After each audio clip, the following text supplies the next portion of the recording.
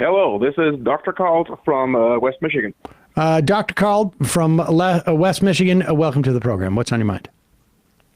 Yeah, I've been meaning to call in for a while now just to talk about the German position, or especially the German leftist position on Israel, which as a German who lives in the United States, as a German leftist who lives in the United States, is kind of a conundrum because my German friends will oftentimes spout things online and offline and wherever when it comes to Israel that are basically Fox News positions, or rather basically the positions that Fox News takes on Israel, because ultimately it's not terribly surprising that the German position on Israel is kind of. There's certain feelings probably of guilt on some level that might. I can understand that. That's not. You don't have to be terribly sophisticated in terms of like psychology as to sort of like follow how that worked out. I mean, how that works. But yes. Yeah, and then it just becomes always super frustrating when I'm sort of like. I mean, I've lived in the United States now for 8.5 years, and I'm listening to your program. I listen to a bunch of other, like American leftist programs, and is ours better? Yeah. Excuse me? And the what? Is ours the best? I mean, obviously. All right, well, thank you. I thought you. That's what we were looking for. Okay. Go ahead. Great call so far.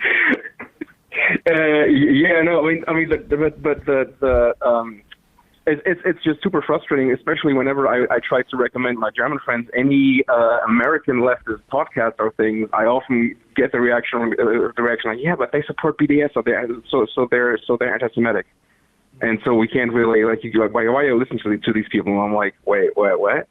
And and when I look into the positions that not just German leftists, I mean Germany in general, has this position where Germany has this institution, this federal institution is the Bundeszentrale für politische Bildung, the Federal Center for Political Education, which is, now that when I say it in English, it sounds actually really sinister. But it's actually it's a really good institution that provides a lot of low cost, if not cheap, informational materials. And I looked into their materials recently on the state of Israel, what they have, just to get more of a sense of what's going on there. And in their publications, one of the explicit things they say in one of their publications on Israel is that it is the position of Germany that all anti-Zionism is anti-Semitism. And I'm like, oh, sure, yeah. I don't even know. I mean, there are human rights organizations working to make that the definition, so it's not surprising that Germany would subscribe to it as well. I mean, the UK has similar sort of things with Labour toying around with adopting that definition as well. I can't help but think that dollar for dollar, euro for euro, Deutschmark for Deutschmark, as it were, that expending too much of your effort on trying to reform or drop the sort of veil from the eyes of Germans in terms of Israel, that might be one of the steepest climbs that you could be looking for all all things considered. I'm not. I don't find it terribly surprising. I also think reality is going to be more of a message to those people than as how it develops over the next years than anything you'll say. Oh, yeah. In the final analysis, I think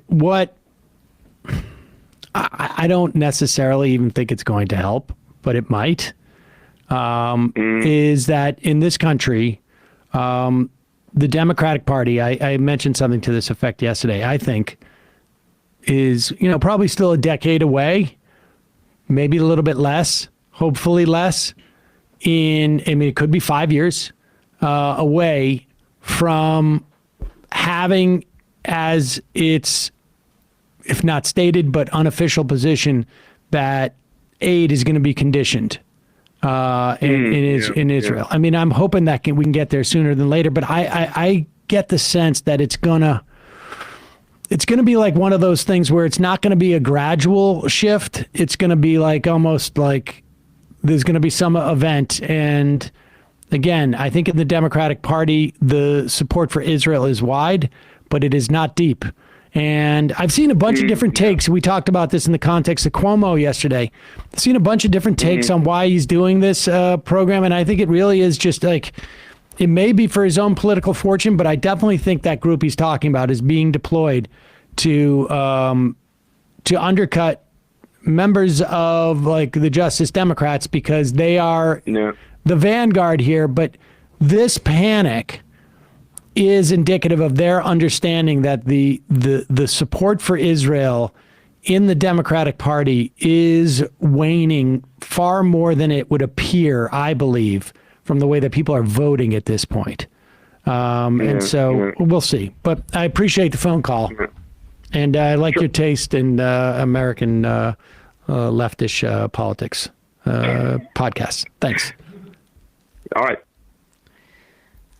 I guess it is, but I'm a little worried about things like, I don't know, Katie Porter immediately going out of her way as one of the first things prior to her Senate run in California to just suck up to Netanyahu publicly. Like I say, I think that's indicative. Like she's in a race with other Democrats, and I mean, I'm explaining it. I'm not justifying it.